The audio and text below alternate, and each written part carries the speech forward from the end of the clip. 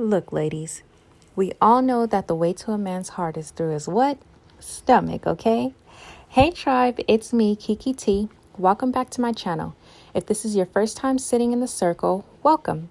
We are back for another video because 2021 is the year I stay committed to my goals and God's vision for my life. The goal this year is to get my YouTube channel to 1,000 subscribers. So if you like this video, you might as well click the like button now. Go ahead and subscribe and share with a friend you know could use it. I had a good time making this appetizer. We are making, drum roll please, Bao Buns, which are a Chinese cuisine that can be filled various ways. In all seriousness, I found this recipe on Pinterest and said, that looks good. Let's try it. Before we get into things, I just want to give a quick outline of how this video is going to go. First, I'm going to give you guys a breakdown of the recipe, what ingredients I used, what I added to give it my own little flair, and the order in which I did these things. Then I'm going to share with you guys what I've been up to offline. And we'll close out part 5 of the homemaking series with 3 keys to why you need to cook for that man. Just a heads up / disclaimer, this homemaking calling is no joke. If you think being a wife, mother, and woman of God comes without its battles, just tune off now and continue to live oblivious. There's nothing wrong with being oblivious, but this series is for my women that are truly looking to be the next best version of themselves. So, if you can't take the heat, it's best that you get out the kitchen now. Now that it's just us, let me say it again. Hey tribe. We're going to start with the ingredients.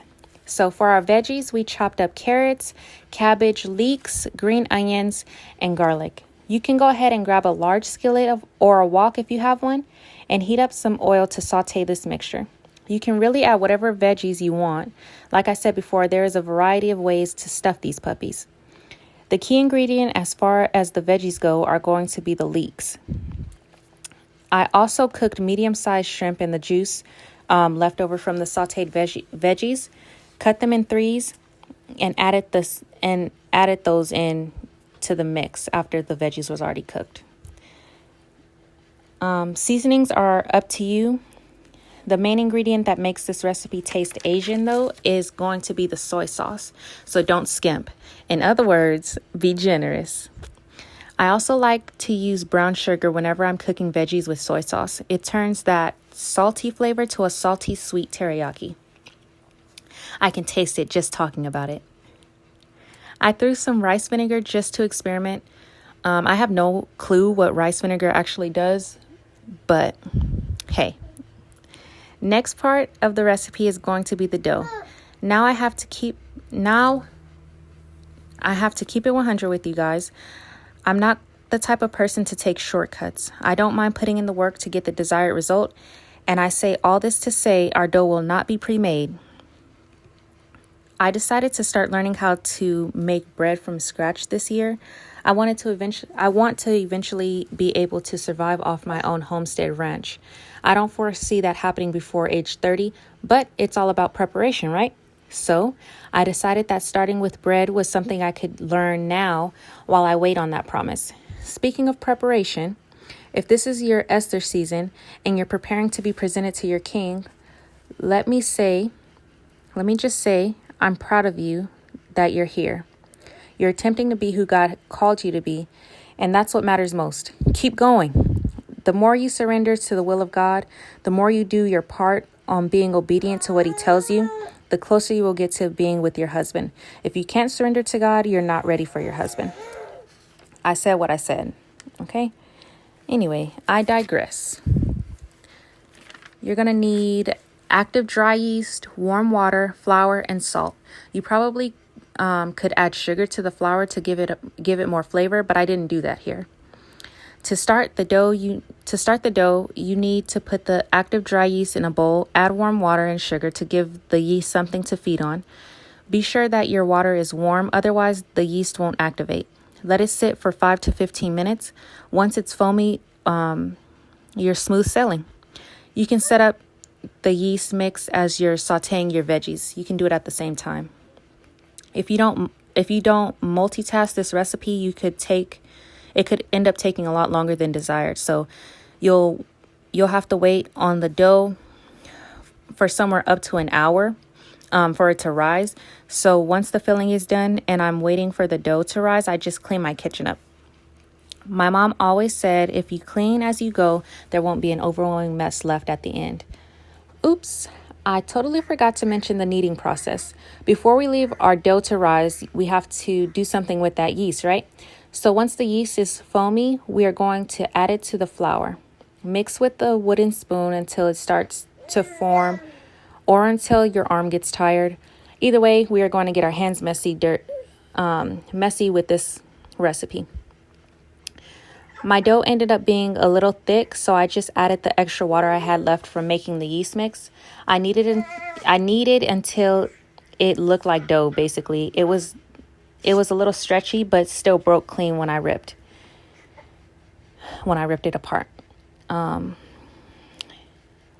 You're really going to build some arm muscles from kneading this dough. I think mine was so thick though because I used Pillsbury bread dough. It's higher in protein, so it makes it a little bit different than if I would have used all-purpose flours. But I used what I had, and that was it. So you knead the dough, you let it rise, and now you're going to roll it into a cord. Cut 10 to 11 pieces and form each piece into a ball. While you're working on one piece, put the rest under the damp towel. You're going to wrap these balls of dough in plastic and leave them to rise a little longer. Leave the dough on the counter to leaven. Don't put it in the refrigerator because temperature matters when it comes to bread. Also, I didn't mention before, but you're going to cover the bowl you put your dough in with a damp towel the first time you leave it to rise. When you put the pieces in plastic, this really won't be necessary. That's pretty much it for preparing the bread though. So once your pieces have risen, it's time to roll them out and fill them. Now, I don't have a pen roller.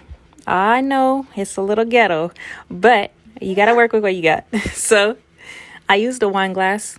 It worked. Not as good as a pen roller would have worked, but it worked. Okay. So roll out each piece into to be able to fit enough filling in. I didn't really measure the thickness of the dough when I rolled it. I just rolled it out into like a circle, roll it into a circle on the counter and put some filling in there. It's not a big deal. Figuring out how to keep all the filling inside was a new experience. I learned that it's best to pinch the dough around like a wonton and the 4 pieces, and then take those 4 corners at the top and twist them to lock all the deliciousness in.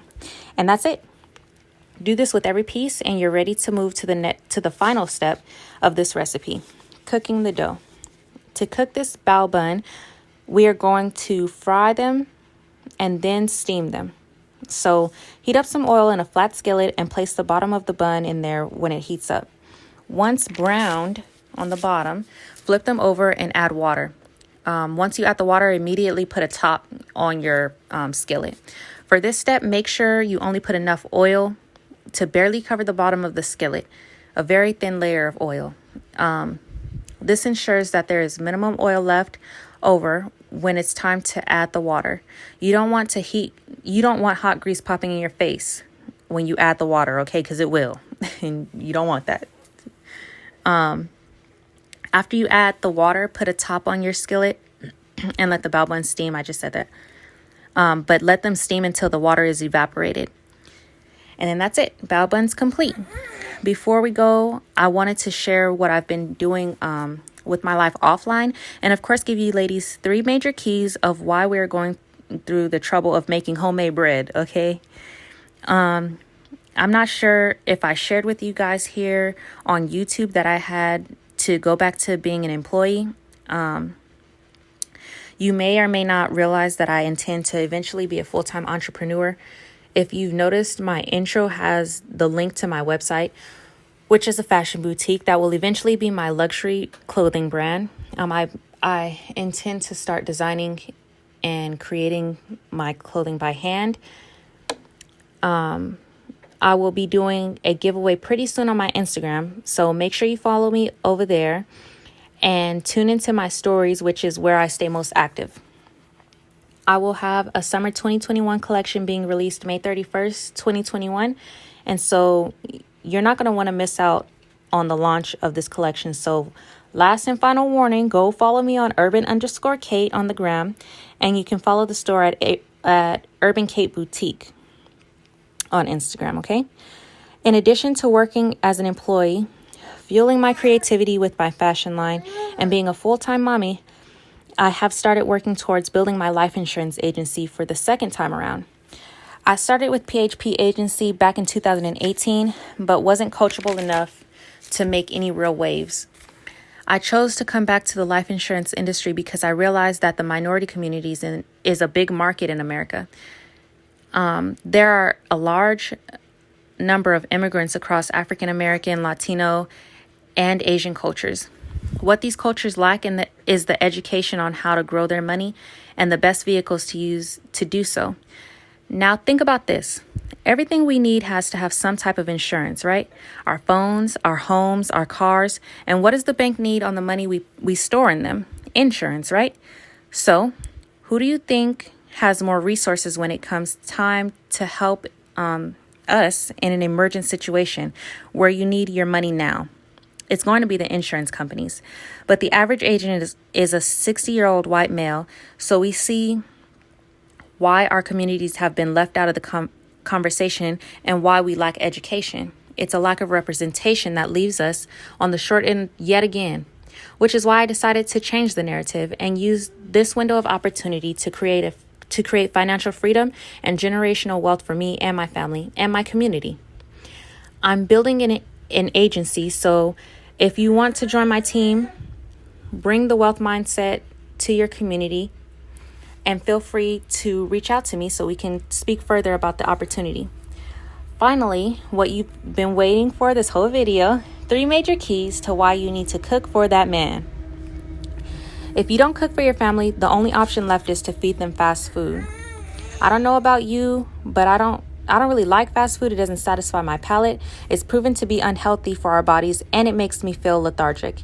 Key number 1, homemade food is healthier. Key number 2, we are grateful that God has decided to give us the desires of our heart.